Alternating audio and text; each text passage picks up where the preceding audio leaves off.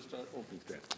Thank you very much, Cathaoirleach. Minister, thank you very much for taking this question. Minister, this is a very important issue for the Midwest, particularly in the context of the controversies that are raging now in so many areas of our health service. And there is disquiet and frustration in the Midwest that the regional hospital in Limerick, University Hospital Limerick, is on a daily basis either number 1 or number 2 in relation to the number of people waiting on trolleys for admission.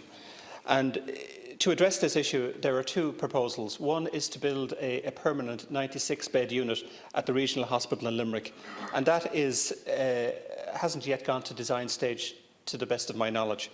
But there is also a proposal, an interim proposal, to build a 60-bed modular unit at Limerick to try and deal with the trolley crisis that faces the hospital on a daily basis. And on the 5th of November, the Minister for Health announced in Limerick that funding had been committed for this urgent 60-bed modular block at University Hospital Limerick.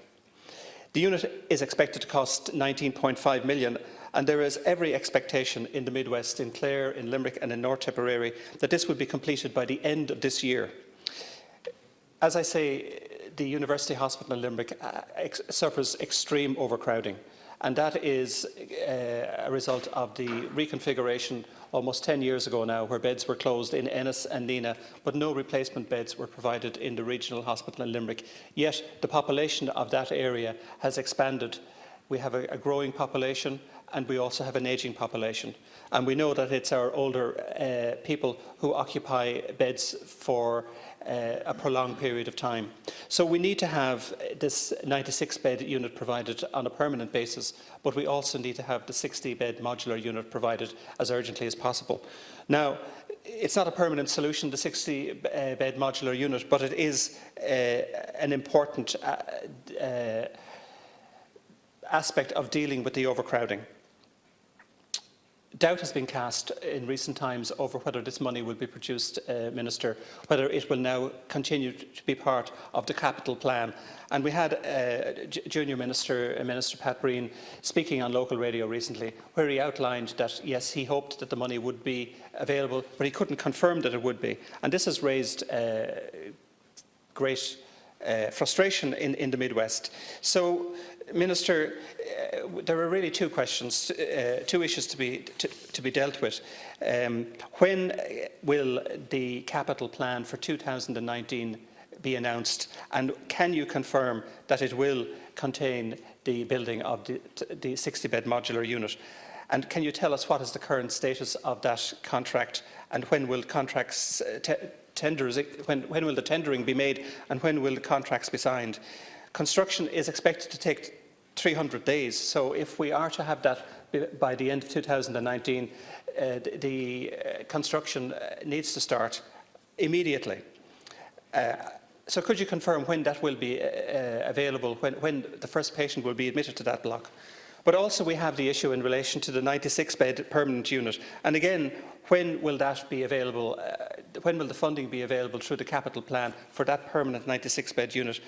Can you confirm how much that cost is going to be? And there is great controversy at the moment in relation to how building projects like this are tendered, procured, designed and built.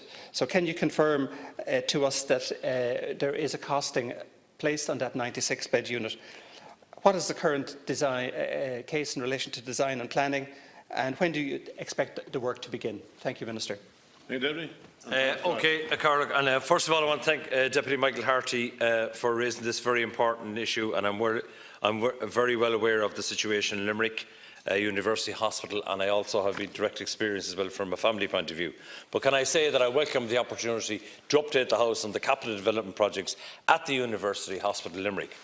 The UHL is a Model 4 hospital and provides major surgery, cancer care treatment, emergency care in the region, as well as a range of other medical, diagnostic and therapy services. All critical care services are located here, and it has one of the busiest emergency departments in Ireland, with an annual attendance of approximately 65,000 presentations and the only 24/7 emergency service in the University of Limerick Hospital Group. UHL is one of 8 designated cancer centres. A new emergency department opened at UHL in May 2017.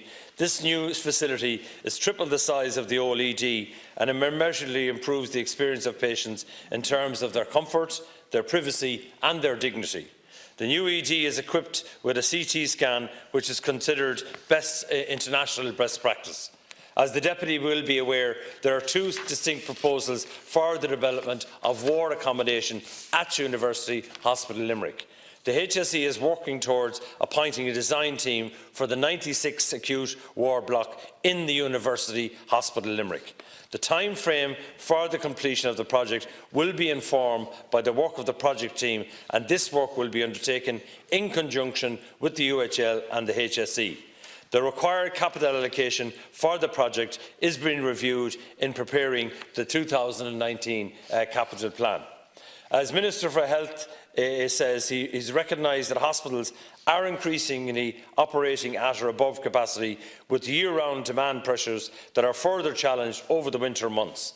Increasing capacity is therefore a priority for the Government. Over the past 12 months, an additional 240 beds have been opened, including 17 short-stay beds in the University Hospital Limerick. The HSE National Service Plan for 2019 provides for a comprehensive capacity programme for 2019. This includes 8 additional beds for University Hospital Limerick, scheduled to come on stream during 2019, 5 of which already have been opened as part of the Winter Plan 2018 and 19. Last autumn, the Minister announced that a modular ward block would be built at UHL to provide interim accommodation. This 60-bed ward block will have 3 wards comprising of 20 single occupancy with ensuite facilities, 2 of which will be in full isolation facilities and will provide care and treatment for patients from admission to discharge. The 60 single rooms will improve comfort, safety, privacy and dignity and assist with the management of infection control at the hospital. The additional 60 beds will also directly increase capacity, allowing patients to increase overall bed stock and improve patient flow across the hospital. Minister Harris has set the construction of the UHL module as a priority. Following the publication of the HSE Executive's National Service Plan for 2019, the Health Service Executive is currently finalising its capital plan for 2019, and funding will be provided for this very important project to progress. Thank you, Carla. Thank you, Minister. Deputy Harty. Minister, and my real question is, when is the 60-bed modular unit going to be delivered? You have said that capital funding is going to be made available, and we understand that and we accept that. The issue is the capital plan for 2019 and for other subsequent years is being reprofiled at the moment. So we don't know if that funding is going to be available for 2019, for 2020, for 2021. The issue is that that 60-bed modular unit needs to be made available urgently. It cannot be put off till 2020 or 2021. It needs to be delivered now, Minister.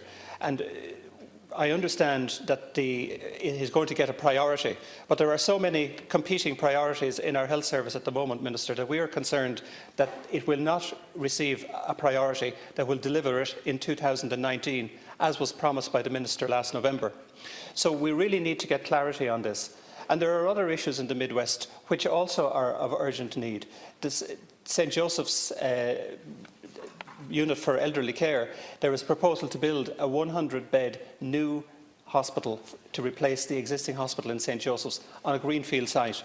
What priority will that be given? Because that also has an influence on how people are discharged from our Model 4 hospital, as you've described, in Limerick. If that 100-bed modular unit is not also provided as a priority, it was to be provided and built and completed and ready for occupation in 2021. We are also worried that that will be reprofiled and won't be on the priority list. In addition, there is a plan to build 2 primary care centres in Ennis.